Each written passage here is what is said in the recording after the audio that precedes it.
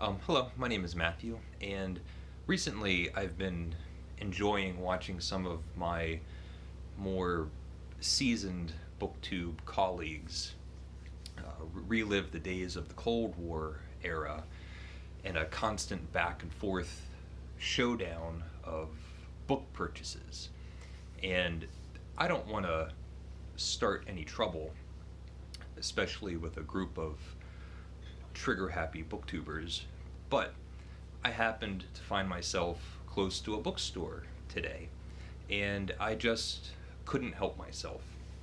And I bought a bunch of books that I'd like to show you, um, none of which I needed, none of which I could uh, responsibly afford, but I've had several expected and unexpected purchases this past month that I sort of balled up my budget and decided to just treat myself. And as soon as I got into the bookstore, I sort of got swept away with the thrill of consumerism. So I'll show you what I got. And most of them are going to be either recommendations from viewers or books that I've heard talked about from other booktubers. But the first two books are for my niece, so I'm really excited about these. We have Madeline by Ludwig Bemelmans. It's a beautiful, oversized color children's book. I love that. See that? Beautiful, beautiful illustration. In an old house in Paris that was covered with vines lived 12 little girls in 2 straight lines. So I hope my niece is gonna love it. I just read it before I recorded it. It's great. And the second book for my niece is The Paddington Treasury, 6 classic bedtime stories by Michael Bond, illustrated by R.W. Alley. Isn't that great? And I've read a bunch of these over the years, and I guess when I was younger, and also I was just so happy with the live action remake. There's a Paddington movie and then a sequel that just came out in the past few years, and I just thought they were lovely, charming, just wonderful movies. But it's just full of great illustrations, and look at Paddington. Can you see that? So yeah, 2 books for my niece. And then, let's see. This was a book that was just mentioned in a comment recently, and it's The Awakening by Kate Chopin. And for whatever reason, this is an author that has constantly been off my radar. I've known the name. I've only really heard good things, but I've never read her. I've never read anything by her. I don't know anything. But the first thing that I think about with Kate Chopin is The Awakening. And it had this, the bookstore had a Bantam Classic, which is just great. So yeah, The Awakening by Kate Chopin. And I picked up The House of the Seven Gables by Nathaniel Hawthorne, and this is an author that my high school experience put nearly a permanent bad taste in my mouth. I can't even remember what I read, but I just remember being hectored and pestered and lectured about symbolism and just really having a difficult time with this author. But I do know that he's highly recommended, and Herman Melville loved him, and I love Herman Melville, so I would like to spend some of my own time reading Nathaniel Hawthorne on my terms, and make a more um, rational, reasonable judgment, instead of um, having bad experiences, foggy bad experiences um, in the distant past determine how I judge a book or an author. So it's a Penguin classic. And let's see. This is an author that has come up so often on BookTube that I know nothing about. I've never read anything by her. Um, and so many people have said that this is one of their favorite living authors, and sometimes not even without that qualifier. Sometimes it's just their favorite author, and this is Marilynne Robinson. And the bookstore just had a shelf, a selection of um, a whole bunch of her books, novels, and I really just picked one at random. Well, not entirely random, but this is Gilead by Marilynne Robinson, winner of the Pulitzer Prize. I don't know if it's this book that won, or if she's just a Pulitzer Prize winning author, but and I'm hoping that this book will finally answer the question: is there balm in Gilead?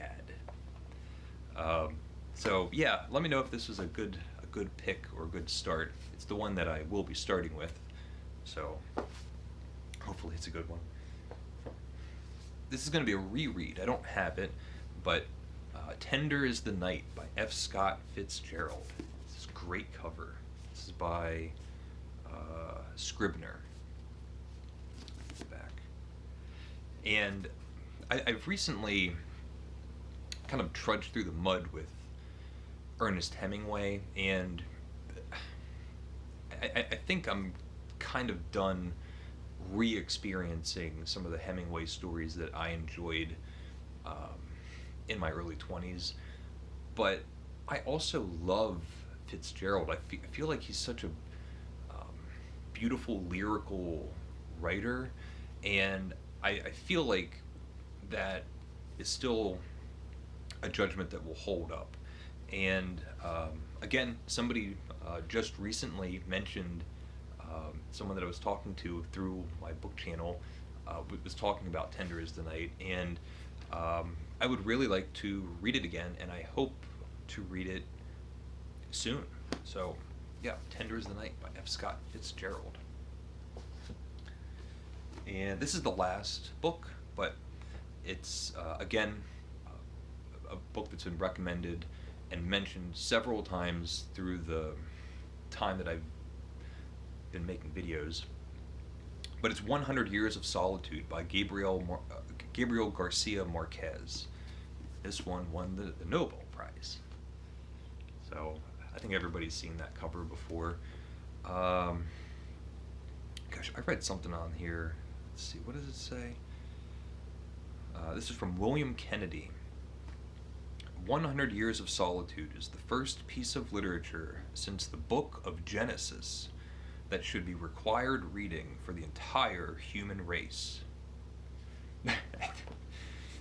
I have a feeling that might be overselling it, but I don't know. I don't know anything about the book. I don't know what the story is. I've never read anything by Marquez. So I'm intrigued. I'm very interested in making my introductions with this author. And the last thing, which I'll show you, is this notebook or journal or whatever. Extremely overpriced. I paid $19.95 for a bound book of blank pages, and I think I just sort of got blinded with my book buying spree. At a certain point, the more that you're spending, the less money matters, and I was just picking things up. But I don't know how often I mention on this channel. It's not something that's really worth talking about, but I often think about, I want to write more. And what I really want to do is just keep a diary. I don't want to bother with writing stories, or I don't have any like delusions of writing a great novel or anything like that. But I do want to get into a daily practice of writing every day and just collecting my thoughts in a lot of ways, the same ways that, in the same manner that I do for these videos, but pen to paper, nothing profound or anything silly like that, just writing down what happened in the day, what was important to me, things that just interested me or I found curious, anything like that.